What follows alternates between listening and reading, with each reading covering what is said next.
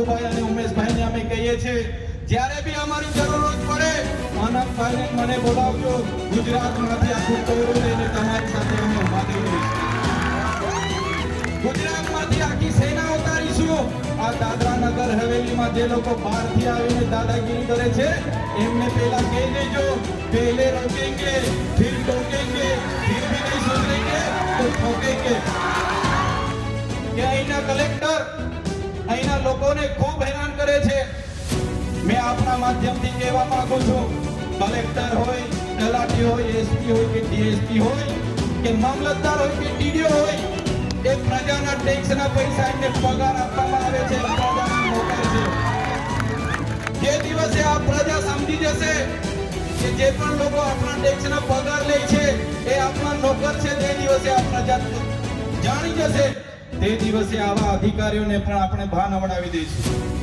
Collector કચેરી કોઈના બાપની જાગીર નથી. કલેક્ટર કચેરી કોઈના પેઢીની જાગીર નથી. એ તમારા અને અમારા જેવા લોકોની સેવા માટેની ઓફિસ છે. અને આવનારા દિવસોમાં જ્યારે પણ આદિવાસી સમાજના અવાજ બનતા અમારી પાર્ટીઓ પણ અમને રોકશે, એ પાર્ટીઓના પાટિયા પણ અમે ઉતારીને મૂકી દઈશું. આજે દાદરા નગર હવેલીને એટલા માટે અમે યાદ કરીએ છીએ. દાદરા નગર હવેલી એક આરંભીનું સ્થળ છે.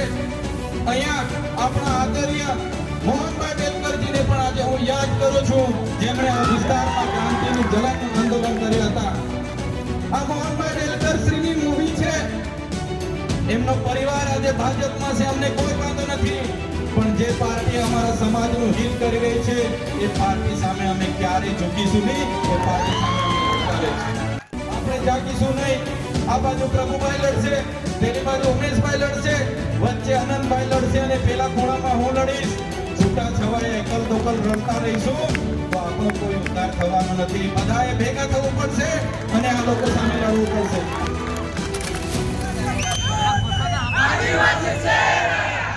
આજે દાદરા નગર હવેલીની પાવન ભૂમિ પર ભગવાન ક્રાંતિકારી બિરસા મુંડાજીની 150મી જન્મ જયંતિના કાર્યક્રમમાં અહીં ઉપસ્થિત દમણ પ્રદેશના આદરણીય સાંસદ શ્રી ઉમેશભાઈ પટેલજી, અમારા સાથી અને અમારા સિનિયર ધારાસભ્ય એવા ગુજરાતના વાંસદા તાલુકાના ધારાસભ્ય એવા આનંદ પટેલજી, સાથે જેને આપણે હમણાં સાંભળ્યા આપણા દાદરા નગર હવેલીના યુવા જોમ, યુવા તાકાત, યુવા સાહસ એવા પ્રભુ ટોકિયાજી, આદિવાસી એકતા પરિષદના સંયોજક અને આદિવાસી સમાજના એકતાના પ્રતીક એવા ડોક્ટર શાંતિકરજી, સાથે આદિવાસી એકતા મંચના રાષ્ટ્રીય અધ્યક્ષ એવા સુનિલજી, નિરંજનજી, ડોક્ટર નીરવજી અને તમામ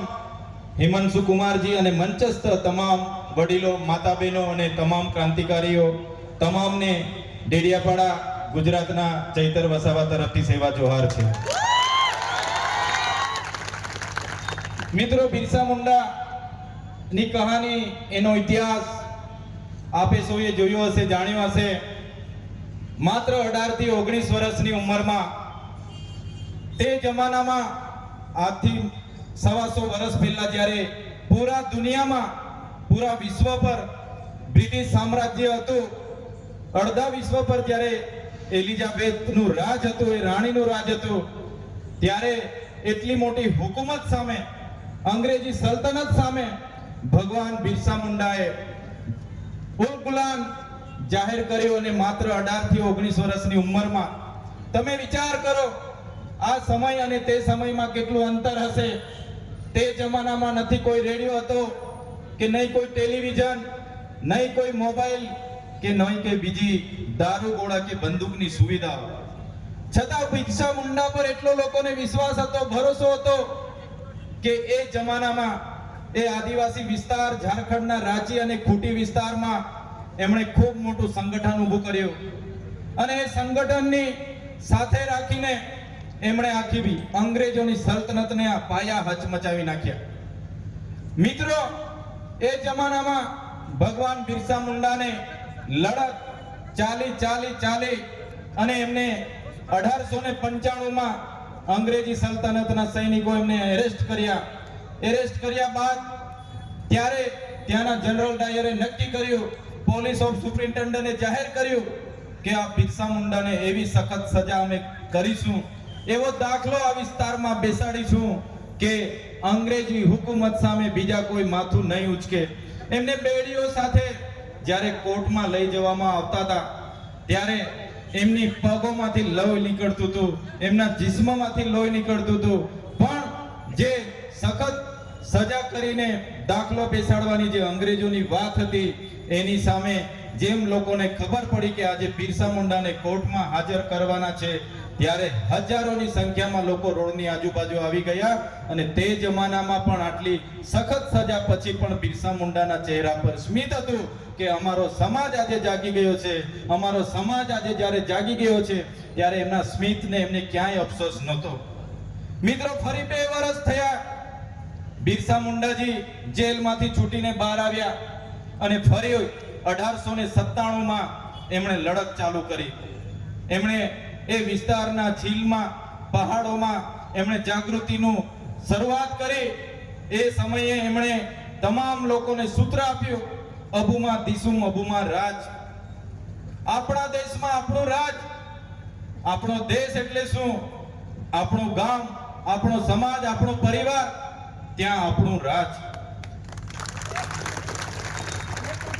અને અબુમાં દિસુમ અબુમાં રાજ થી એમણે શરૂઆત કરી. ઉલ ગુલાન જિંદાબાદ ના નારા સાથે એમણે સંઘર્ષ કર્યો અને અંગ્રેજી સલ્તનતને તે જમાનામાં 500 રૂપિયા બિરસા મુંડા પર ઇનામ જાહેર કર્યું. અને એક સમય હતો જ્યારે બિરસા મુંડા અને ત્યાંના ક્રાંતિકારી લોકો એ પહાડીઓમાં, હિલોમાં જ્યારે સભા સંબોધી રહ્યા હતા ત્યારે જલિયાવાલા બાગની જેમ જ ત્યાં અંગ્રેજી સલ્તનતે એમને ઘેરી લીધા. અને ઘેરી લીધા બાદ ચારે તરફથી ગોળીબાર થયો. 400 જેટલા ક્રાંતિવીરો ત્યાં શહીદ થઈ ગયા અને જે પણ લોકો ઘાયલ થયા, જે પણ લોકો બચી ગયા એમને પણ પકડીને એ પહાડીઓમાંથી નીચે ફેંકી દેવામાં આવ્યા. ત્યારે બિરસા મુંડાને ધરપકડ કરવામાં આવી, એમને જેલમાં નાખવામાં આવ્યા. 13 માર્ચ 1900 ના રોજ એમને જેલના અંદર લઈ જવામાં આવ્યા. 3 મહિના સુધી કોઈને મળવા દેવામાં ન આવ્યા અને 3 મહિના બાદ એટલે કે 9 જૂન 1900 ના રોજ બિરસા મુંડાને મૃત જાહેર કરવામાં આવ્યા. અને આપણા ધરતી આબા, આપણા ક્રાંતિ સૂર્ય બિરસા મુંડા શંકાના દાયરામાં મૃત્યુ જાહેર કર્યું. અને મિત્રો, માત્ર 25 વર્ષની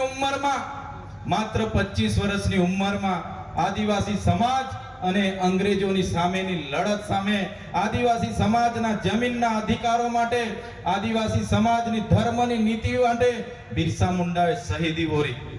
મિત્રો, એવી જ રીતે તટ્યા ભીલ હોય, ખજ્યા નાયક હોય, તિલકા માંજી હોય, ગુરુ ગોવિંદગીરી હોય, જેવા જલકારી બાઈ હોય, જેવા આપણા સમાજના, આપણા પૂર્વજો હતા જેમણે આ અંગ્રેજો સામે દેશની આઝાદી માટે પોતાની શહીદી વોરી છે.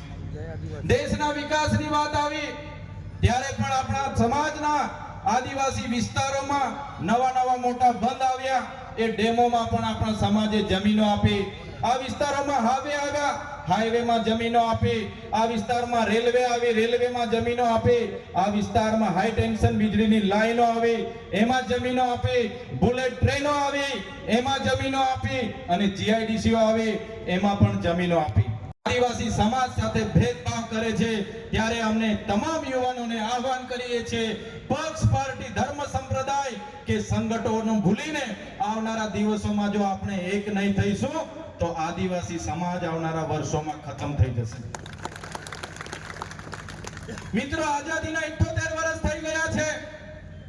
આજે સરકારો અમૃત મહોત્સવો કાઢે છે, કરોડો રૂપિયાના તાઇફાઓ થાય છે. આજે પણ આપણો સમાજ સારી શાળાઓ માટે રોડ પર આંદોલનો કરે છે, સારા શિક્ષકો માટે રોડ પર આંદોલનો કરે છે, આપણા યુવાનો કાયમી નોકરી માટે આંદોલનો કરે છે, સારા રોડ રસ્તા માટે આંદોલનો કરે છે. તો ક્યાં સુધી આપણે આંદોલનો કરતા રહેવાના છે? આપણા મિત્ર પ્રભુભાઈ ટોકિયાએ કીધું કે અહીંના કલેક્ટર અહીંના લોકોને ખૂબ હેરાન કરે છે. મેં આપના માધ્યમથી કહેવા માંગુ છું, કલેક્ટર હોય, તલાટી હોય, એસપી હોય કે ડીએસપી હોય કે મામલતદાર હોય કે ટીડીઓ હોય, એ પ્રજાના ટેક્સના પૈસા એમને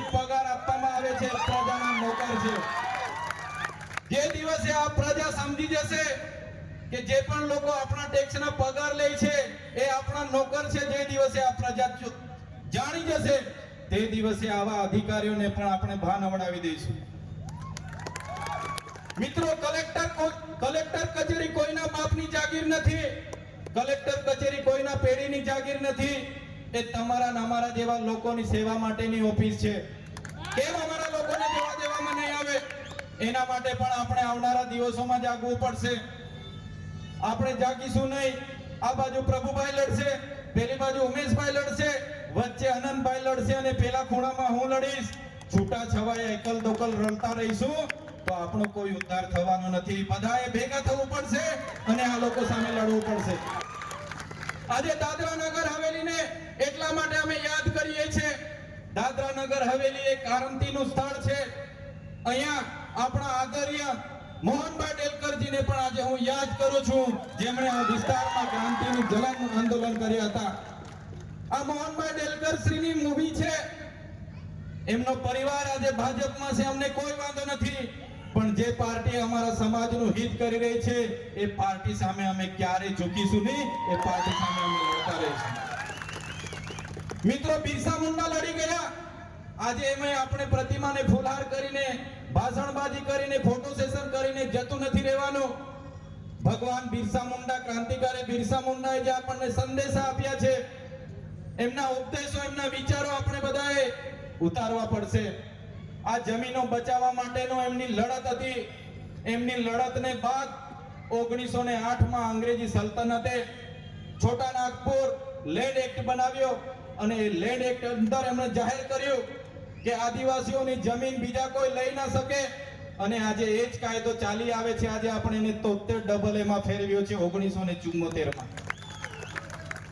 આજે તમે જોઈ લો, પ્રભુભાઈ ટોકિયા અહીંથી વાત કરી, અહીંની જમીનો 73 ની બધી છીનવાઈ ગઈ છે.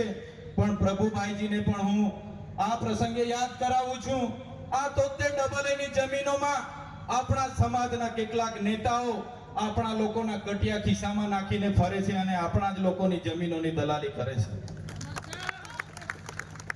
આપણા લોકોની જમીનોની દલાલી આપણા જ નેતાઓ, આપણા જ કેટલાક આગેવાનો કરે છે. પેલાને 10 લાખ રૂપિયા આપી દો, એની 10 એકર જમીન હું અપાવી દેમ. પેલાને 5 લાખ રૂપિયા અપાવી દો, એની 5 એકર જમીન હું અપાવી દેમ. આવા આપણા સમાજના આગેવાનોને પણ આપણે બધાએ ઓળખવું પડશે. જે રીતે બિરસા મુંડાએ તે જમાનામાં કીધું, આપણી વચ્ચે દીકુ લોકો હોય છે. દીકુ લોકો એટલે આપણા જ લોકો, આપણને બતાવી દેવા વાળા લોકો હોય છે. એમને આપણે સૌપ્રથમ બધાએ ઓળખવા પડશે. મિત્રો, સમસ્યાઓ ઘણી છે, બોલવાની વાતો પણ ઘણી છે, છતાં આજે અમે તમારી વચ્ચે ઉપસ્થિત થયા છે ત્યારે ચોક્કસ એટલા માટે અમે ભેગા થયા છે. આજે અનંતભાઈ, હું, ઉમેશભાઈ, અમે બધાને જ્યારે પ્રભુભાઈ લોકોની ટીમે આમંત્રણ આપ્યું, અમે સમાજના, આદિવાસીના, એસટીના સર્ટી પરથી ધારાસભ્ય બનેલા છે. અમને પાર્ટીની ટિકિટ મળી જાય પણ આદિવાસીનો દાખલો અમે ફોર્મમાં ના મૂકીએ તો અમારું ફોર્મ રદ થઈ જાય છે. એટલે આદિવાસી સર્ટી બચાવવા માટે આજે એક મંચ પર અમે આવીએ છીએ. અને આવનારા દિવસોમાં જ્યારે પણ આદિવાસી સમાજના અવાજ બનતા અમારી પાર્ટીઓ પણ અમને રોકશે, એ પાર્ટીઓના પાટિયા પણ અમે ઉતારીને મૂકી દઈશું. આદિવાસી સમાજના લીધે આજે અમે ધારાસભ્ય બન્યા છે અને સમાજ માટે જ્યાં પણ લડવાનું થશે અમે લડતા રહીશું. અહીંયા ઉપસ્થિત તમામ યુવાનોને પણ હું વિનંતી કરું છું, તમારો આ ભણવાનો સમય છે, તમારે સ્પર્ધાત્મક પરીક્ષાની તૈયારી કરવાનો સમય છે, એટલે તમે બધા ખૂબ સારું ભણો. આપણા યુવાનો ભણવાના સમયે મા બાપ પર મોગી મોગી ગાડીઓ લઈ માંગે છે, આઈફોન લઈ માંગે છે, પ્રવાસો જાય, પાર્ટીઓ કરે, જલસા કરે, બેન્ડ પાર્ટી બોલાવે, ડીજે બોલાવે, આખી રાત નાચે, ગરબા રમે, 4 ધામની યાત્રામાં નીકળી જાય, 15-20 દાડે ધામોની યાત્રા ફરીને આવે. તમારો ભણવાનો સમય છે. મારા વડીલોને પણ કેમ છું, જે જુવાનીઓ આવા રોડ પર રખડતા હશે, યાત્રામાં ફરતા હશે, એમને પકડો અને ઉપદેશ કરાવો, એમને ભણાવો, ગણાવો, એમનું કેરિયર બનાવવા માટે ધ્યાન આપો, તો જ આપણો સમાજ આવનારા દિવસોમાં આગળ આવશે. અમે પણ પ્રસંગોમાં જઈએ છીએ, અમે પણ દેવ દિવાળી પર નાચીએ છીએ, અમે પણ ડાયરાઓમાં હાજરી આપીએ છીએ. અમે આનંદભાઈના તમે વિડીયો પણ જોતા હશો, પણ સવારે ઉઠીને અમારું અમારું કામ શું છે, અમારો ધ્યેય શું છે, એના માટે અમે નીકળી જઈએ છીએ. એટલા માટે જ આજે તમારી વચ્ચે એટલી દૂરથી આવ્યા છે. મિત્રો, એક થજો. આવનારા દિવસોમાં આ વિસ્તારોમાં આટલી મોટી જીઆઈડીસી આવી છે, છતાં અમારા યુવાનોને રોજમ દાળિયા મજૂર તરીકે લેવામાં આવે છે. બહારના લોકોને કાયમી બનાવી દેવામાં આવે, બધા લાભો આપવામાં આવે છે, અને અમારા લોકોને આજે પણ કાયમી કરવામાં નથી આવતા. આવનારા દિવસોમાં પ્રભુભાઈ અને ઉમેશભાઈને અમે કહીએ છીએ, જ્યારે બી અમારી જરૂરત પડે આનંદભાઈને મને બોલાવજો. ગુજરાતમાંથી આખું ટોળું લઈને તમારી સાથે અમે ઊભા થઈ જઈશું. ગુજરાતમાંથી આખી સેના ઉતારીશું. આ દાદરા નગર હવેલીમાં જે લોકો બહારથી આવીને દાદાગીરી કરે છે, એમને પહેલા કહી દેજો, पहले रोकेंगे फिर टोकेंगे, फिर भी नहीं सुधरेंगे तो ठोकेंगे. આ અમારા મૂળ માલિકોની જમીન છે, આદિવાસી વિસ્તાર છે, અનુસૂચિત 5 અને પૈસા લાગુ છે. અમારા કોઈ યુવાનને કોઈ છંછેડ છે, અમારા કોઈ માતા બહેની સાથે અત્યાચાર કરશે, તે દિવસે આ વિસ્તારમાં અમે સંવિધાન અને સંવાદ બાજુ પર મૂકીશું અને આર પારની લડાઈ આ વિસ્તારોમાં થશે. ત્યારે મિત્રો, આજની આ પરિસ્થિતિથી બધાય જાગવાની જરૂર છે. આદિવાસી સંસ્કૃતિ, આપણી અસ્મિતા, આપણી સભ્યતા, આપણી પરંપરા, આપણી રૂઢિઓ આપણે નહીં જાળવીશું તો આવનારા દિવસોમાં આદિવાસી મ્યુઝિયમમાં જોવા મળશે, આદિવાસી ઇતિહાસોમાં જોવા મળશે. એટલા માટે જ આપણી જે રીત રિવાજો છે, આપણી પૂજા વિધિ, જન્મની વિધિ હોય, મરણની વિધિ હોય કે લગ્નની વિધિ હોય, એ પણ આપણે આવનારા ભવિષ્યમાં બચાવવી પડશે. એટલા માટે જ આજના મંચ પરથી અમે કહેવા માંગીએ છીએ કે જ્યારે પણ અમારી જરૂરત પડે ચોક્કસ અમને યાદ કરજો. આજના બિરસા ભગવાનના, બિરસા ક્રાંતિકારી બિરસા મુંડાજીના જન્મ જયંતિ પર દાદરા નગર હવેલીની ટીમે અમને આમંત્રણ આપ્યું, અમને માન સન્માન આપ્યું, અમને સ્વાગત કર્યું, સન્માન આપ્યું અને બે વાત મૂકવાની જે તક આપી એ બદલ તમામ લોકોનો અમે આભાર માનીએ છીએ. અને આવનારા દિવસોમાં તમારી જ્યાં પણ જરૂર હશે, ગુજરાતમાંથી બીજા આવે કે નહીં આવે, આનંદભાઈ પટેલ અને ચૈતરભાઈ વસાવા તમારી સાથે હશે. ધન્યવાદ. જય આદિવાસી, જય જોહાર, આપકી જય.